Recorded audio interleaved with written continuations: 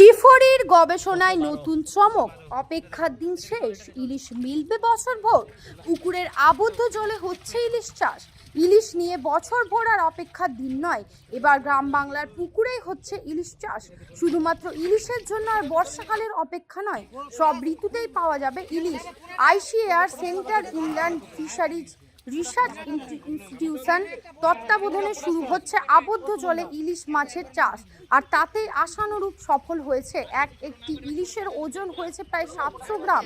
ইলিশ মাছ নিয়ে মৎস্য বিজ্ঞানীদের দীর্ঘদিনের গবেষণা অবশেষে সফল হলো। ইলিশ মাছ উৎপাদনের সঠিক সমীকরণ বের করতে পেরেছেন বিজ্ঞানীরা। ইলিশ মাছের অ্যাকোয়াকালচার শুধু সময়ের অপেক্ষা। ये हमारा मीठा जल में जो इलिश चाष है, ये एक NSA प्रोजेक्ट हमारा यहाँ चल रहा है आईसीआर का।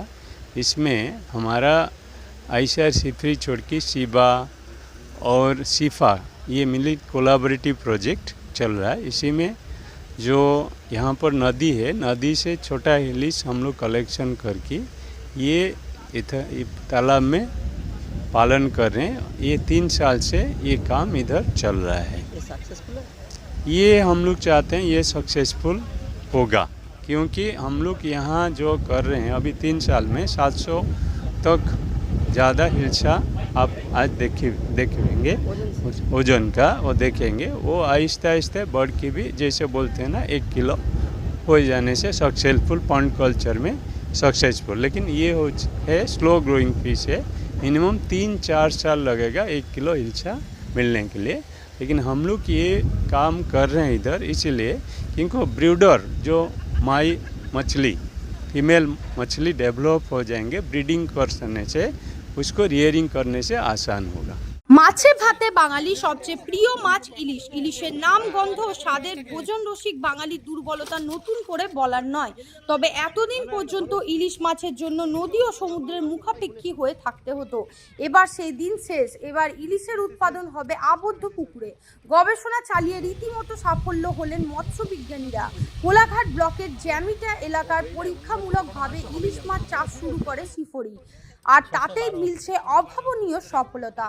পুকুর ইলিশ মাছের খাদ্য হিসাবে জু প্ল্যাঙ্কটন ব্যবহার করা হচ্ছে, ফলে প্রিয় মাছ ইলিশের জন্য ভোজন রসিক বাঙালিদের আর বর্ষাকালের অপেক্ষা করতে হবে না। যে কোনো ঋতুতে পুকুর থেকে পাওয়া যাবে ইলিশ মাছ। করে উৎপাদন করে মানুষের খাওয়ার জন্য দেওয়া, এটা একটা চ্যালেঞ্জ বলতে পারো। আমরা সেই চ্যালেঞ্জে আংশিক উত্তীর্ণ হয়েছি, বলা যেতে পারে 50% বা 60% উত্তীর্ণ হয়েছি, কিন্তু আমাদের 100% উত্তীর্ণ হতে হবে। এরকম আনন্দের কথা যে ইলিশ মাছ আমাদের পুকুরে চাষ হচ্ছে, যদিও এই ব্যাপারটা এখনও আরও উৎসাহের জায়গায় আমরা পৌঁছইনি।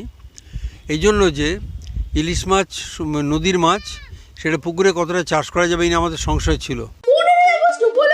সেলজোন দিচ্ছে দারুণ অফার। মাত্র 15 টাকা দিলেই পাচ্ছেন স্মার্টফোন। ভারতবর্ষের যে কোনো প্রান্তের মানুষ এই অফারটা পাবেন। শুধু থাকতে হবে আধার কার্ড। একই ছাদের তলায় পেয়ে যাচ্ছেন Moto, Realme, MI, Samsung, Oppo, Vivo, আইফোনের মতো নামি দামি ব্র্যান্ডের স্মার্টফোন। থাকছে no cost EMI, up to 70% exchange offer, আর তার সাথে থাকছে নানান ধরনের উপহার। আমাদের ব্রাঞ্চ দমদম, কালিন্দী, লেকটাউন, বাঙ্গুর, নাগেরবাজার, সোদপুর, রথতলা, বেলঘরিয়া। নর্থ কলকাতার 15খানা ব্রাঞ্চ, যেখানে একই ছাদের তলায় পেয়ে যাবেন বিভিন্ন ব্র্যান্ডের স্মার্টফোন। 3রা আগস্ট থেকে 15ই আগস্ট পর্যন্ত চলবে এই অফার, তাই আর দেরি না করে সুবর্ণ সুযোগ পেতে চলে আসুন সেলজোনে।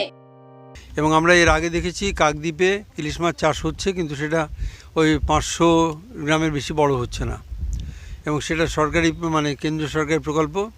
কিন্তু এখন আমরা চেষ্টা করছি এটাকে ভালো করে করতে এবং সুন্দর করে গুছিয়ে করতে। তার জন্য আমরা এদের উৎসাহিত করেছি, খড়শেখা উৎসাহিত করেছি, পরে করেছি এদেরকে যে তোমরা এই কাজটা করো ভালো করে। এবং আমাদের দপ্তর এবং সেন্ট্রাল গভর্নমেন্টের যে ইনস্টিটিউট তাদেরও, ওরাও সবাই সাহায্য করছে আমাদের, যে সব মিলিয়ে যদি জিনিসটা ভালো করে করতে পারি আমরা। তো আজকে নেটিং করে দেখা গেল প্রায় 200 ইলিশ হয়েছে, কিন্তু সময়টা লেগেছে প্রায় 1.5 বছর। এইটা আমাদের কাছে একটা চিন্তার ব্যাপার, এবং আমাদের গবেষণা করে আরও দেখতে হবে যে ইলিশ মাছ আরও কম সময়ের মধ্যে কী করে ভালো করে করা যেতে পারে। এবং আমরা যে ইলিশ করেছি সেটা দেখে আমরা বুঝলাম যে হ্যাঁ, ইলিশই হচ্ছে। আর নদীর থেকে আমরা ইলিশের পোনা পাই, এবং সেটাকে আমরা কালচার করে ভালো করে যাতে আরও বড় করা যায় তার জন্য চেষ্টা করে যাচ্ছি। আমাদের ছেলেরা খুব উৎসাহের সঙ্গে করছে এটা, এবং আমরা খুব উৎসাহী যে central inland fisheries research institute Barrackpore ওরা আমাদের সাহায্য করছেন। আর আমরা এখানে এটা করছি, national agriculture science fund, Indian council of agriculture research new Delhi ওরা আমাদের সাহায্য করেছে। সব মিলিয়ে এই জিনিসটা যাতে ভালো করে করা যায় তার জন্যই আমরা চেষ্টা করছি। এলাকার চাষিদেরও উৎসাহিত করেছি যে ভালো করে করো, তোমরা গুছিয়ে করলে আমরা সমৃদ্ধ হব, ইলিশ উৎপাদন বজায় থাকবে, ইলিশ উৎপাদন আরও ভালো হবে, আরও ভালো হবে। ওয়াইজ নিউজ, খবরের সত্যাসত্য 24 ঘন্টা।